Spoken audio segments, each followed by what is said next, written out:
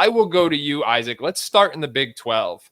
And tell me who you think, because you got a little bit of a surprise answer here. You didn't go with who I thought you were going to go with. But why don't you have Kansas as the best team in the Big 12? I think it really goes back to retention for me. College basketball is filled with so many new teams, and there's 67 new coaches and 67 new rosters. And I like Houston, and I love what they've done being able to be different. Everyone else is adding a bunch of guys. They've only had to add one transfer in the portal. And the ability to have like the same scheme defensively with a lot of those same faces, I think makes this group really, really special. Like I think Houston is going to be hellacious defensively on that end. Like, what is Houston known for? It's like everyone's like kind of plays a lot of passive defense. Houston is the most aggressive defense in college basketball, them or Iowa State. And they just have so many junkyard dogs, 6'7", 6'8" forwards who have super long wingspans who just get after you. And Jawan Roberts, JoJo Tugler, Javier Francis, like this group is going to be phenomenal defensively up front. And I'm bullish on these guards. Emmanuel Sharp and LJ Cryer are both back, but the addition of Milos Uzan, he doesn't have a lot of positional overlap with this group. He is a really, really skilled playmaker, and he played under Porter Moser, who is known for his defensive style. I think he's going to pick up Houston's defensive concepts really quickly and be an asset on that end. So it's easy to make the case for Kansas. Baylor has a great case. Arizona has a great case. But those teams have a lot of new pieces to work in. Give me the group in Houston that has a lot of these same faces, and they're super, super old. That's true. There's only one problem with that argument. There's no Jamal Shed. I don't know that there was any play. And you know what? Kelvin Sampson, listen, he's going to get it done. I have no arguments with what you just said, but Jamal Shed, I think, was as important a college basketball player as there was last year, and I know about all those big guys. So, all right, somebody's got to make the case for Kansas. Allow it to be me. I've said on this show in the past, I think Kansas is out for blood this year. You made a very good point about retention. Well, Kansas returns 3 starters, and arguably one of the best players in the conference, and Hunter Dickinson. I'm not going to talk too much about him because you're going to talk about him shortly. DeJuan Harris, a pure point guard who knows how to distribute the ball, get it where it needs to go. KJ Adams, an ultra warrior and just kind of the spark plug of this team. Those guys are all back. You add AJ Storr, who we are going to talk about as one of the best prospects in this league. You got Zeke Mayo. This guy put up 19, 6, and 5. How about these shooting splits last year?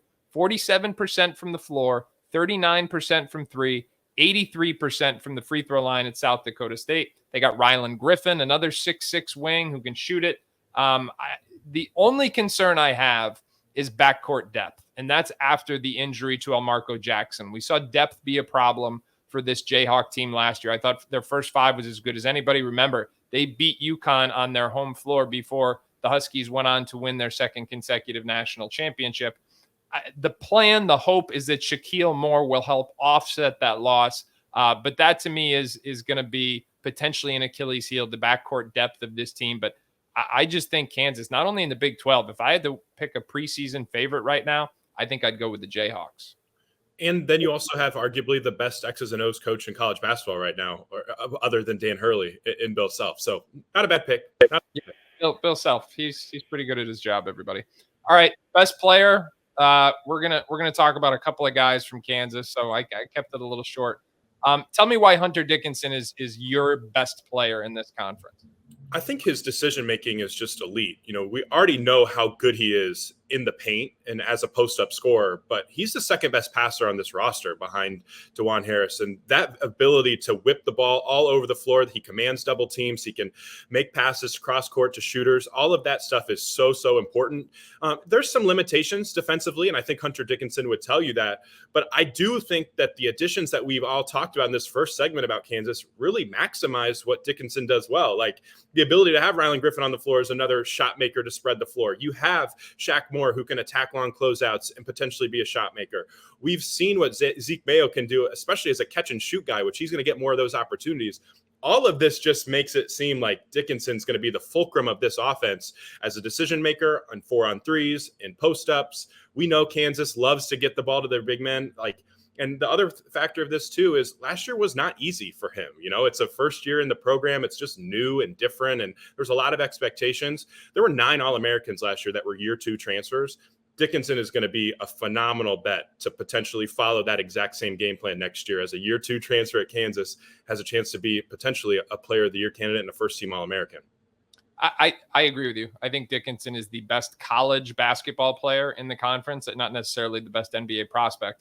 But I wanna pull the thread of something you said. They're talking about some of their new guys. AJ Storr, this is his 3rd school in 3 years. St. John's as a freshman really came on strong late in the year, and then Wisconsin last year had a total green light. So 17 points per game, 43% shooting, only 32% from the three-point line. Now, this is where it's interesting. A year earlier at St. John's, when he had to kind of pick his spots a little bit more, he was close up near 40% from the three-point line. So this year, when he doesn't have to do so much on the offensive end, and quite frankly, where he's going to have to pick his spots a little bit more selectively because of all of the talent around him, because of the culture of sharing the ball with guys like Harris running the show, with Dickinson in the middle who can facilitate as well. I mean, you're not going to take bad shots, go back to the huddle, and not hear about it at Kansas next year. So he's going to have to acclimate to that. And I think his physical upside with that power, that 6'7" frame, I think it's possible you see him play some small ball 4 when KJ Adams goes out of the lineup.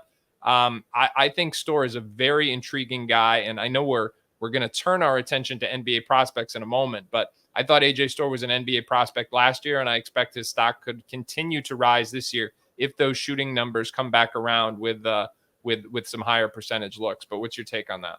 No, I'm right there with you. And here's the other thing, too. Kansas got bogged down a lot last year. There was not a lot of easy stuff for them in transition. They led the country in assist rate. What does that tell me? Well, it means you had to dial up a bunch in half-court settings. Storr's ability to get out in transition and get easy buckets is going to be a huge, huge part of this. Because if he runs the floor, he can be the most dynamic scorer in college basketball. And we've seen it the last few years.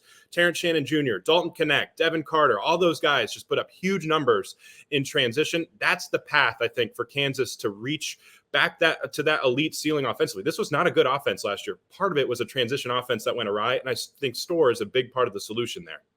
Yeah, and if he doesn't acclimate, if he doesn't take good shots, if he doesn't run the floor, it's like, hey, Rylan Griffin, Zeke Mayo, we got other guys, man. You got to play our way, or you're not going to play at all, because Bill Self, he's not going to compromise.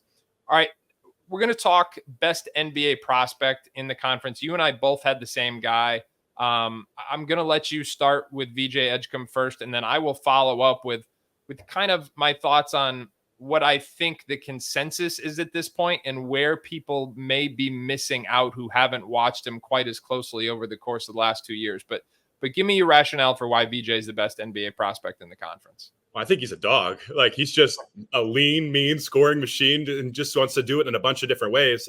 I love the rim pressure that he constantly puts on opposing teams. And that's where I think the fit with this Baylor roster is really set up to maximize him. When Baylor plays Jalen Celestine at the 4 and Norchad Omier at the 5, the paint's going to be wide open. Both those guys can really shoot it from downtown. You have to respect them.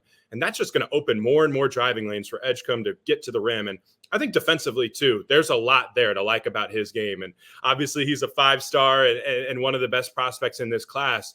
But everything you hear about him, he just feels like he checks off a ton of boxes. And then the situation going into it with this roster construction and what Baylor's done in the past with freshmen like Jacoby Walter, Yves Misi, Keontae George, Jeremy Sohan, just feels like there's a real path here for him to just be him and do what he does and do what Baylor does with 5-star freshmen and have a really, really impactful year. And I kind of wonder if he's a sneaky All-American candidate if it all comes together.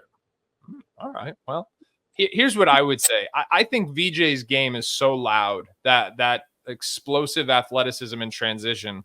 When you put him in a setting like the Hoop Summit or the McDonald's All-American game, he's going to be one of the first guys who pop to the NBA executive. Because here's what happens. The higher level execs aren't necessarily the ones who go and do the legwork earlier on in the high school career. So a lot of them are getting their kind of their first taste of them at those postseason events like last spring when their high school career is over. And VJ Edgecombe, scouts loved him. Executives loved him. The big decision makers loved him, many of whom were just seeing him for the first time. I think the thing that's going to be really important for VJ is to play within himself and yet continue to develop those guard skills. In addition to being an elite athlete, he's also super competitive. I think he's going to be a very good defender. And everything you said about that pathway from Baylor to the NBA is spot on. And I also think, quite frankly, it was a big part of why he chose to go there. So I think he's clearly on a one and done path. But we may need to temper expectations a little bit. Like, listen, if he comes out and scores eight points, 7 points in the first couple of games of the season, people are going to freak out and they're going to say, oh, but this is a guy, especially if you watch him last 2 years, as a junior at Long Island Lutheran, he led what was then the NIBC in scoring. Last year, his scoring numbers dipped by more than 5. I think it was closer to 7 or 8 points per game, because he's not somebody who goes out and forces his individual offense. So it's going to be about the long-term upside, being patient with his skill set, and also realizing that while the situation is ideal for him, he's not someone who is going to force feed those numbers right away. And so I think people need to be careful about jumping to any conclusions if he's not stuffing the stat sheet right away in November. That's my take on BJ. But as I said, I totally agree he's the best NBA prospect in the conference. Well, and then there's also the fact that, there's Jeremy Roaches here who will command a high usage rate. Omir's here that will command a high usage rate. Like, he's not going to have a 27% usage rate next year, I wouldn't assume. So he has to be efficient on those limited touches, although the quality of look that you get at Baylor is super, super high under Scott Drew.